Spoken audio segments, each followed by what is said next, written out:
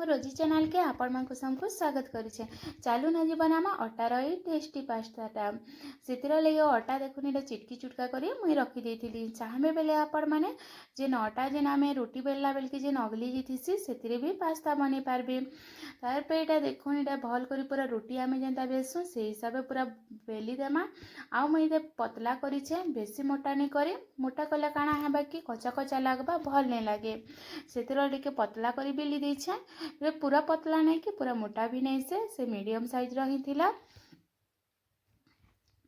तारपर सेटा के चकुरे लंबा लंबा करी पहला तो काटिदेली, तारपर सेटा के चेचे कुटिया करदेली और पास्तार सेप देदेली। मुझे यहाँ लंबा लंबा करी तार सेपटा देछे, आपण माने चाहे बोले आउ किछि भी सेप दे पारबे, जहाँ कि जिन सेप पसंद से हिसाब से दे पारबे पास्तार सेप और बने पारबे।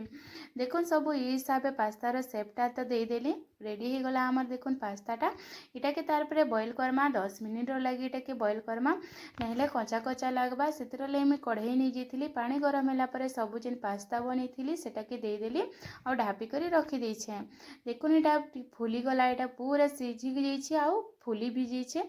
यहाँ के आम ठंडा होबार लगी रखीदमा 5-10 मिनिट लगी। ठंडा होला पर आम से रेडी करमा।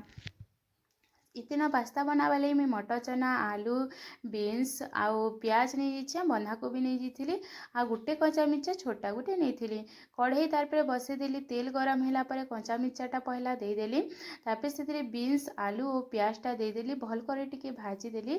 भाजी हो गला पर देख मुई देछे मटर चना आउ बंधाकोबीटा टिके भाजी हो जाइए से मटर चना बंधाकोबीटा दे देछे।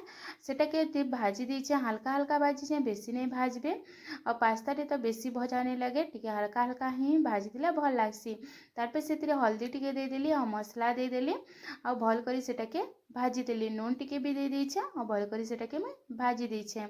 देखुन तार पे एटा पास्ताटा जिन थिला सबु से पास्ता के मुई देदेली आउ से टमाटो सॉस टिके आउ चिली सॉस टिके दे करी भल करी सेटा के मिसई देछे।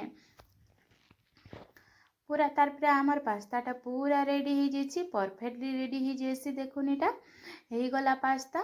तार पे यहाँ के आम गरमा गरम खाएमा बहुत टेस्टी लासी। तार उपरे फिर टिके मुई टमाटो सॉस दे दीचे आहरी टिके भल टेस्टी लगवा बोलिक रेडी हो गला आमर पास्ता। रहेली।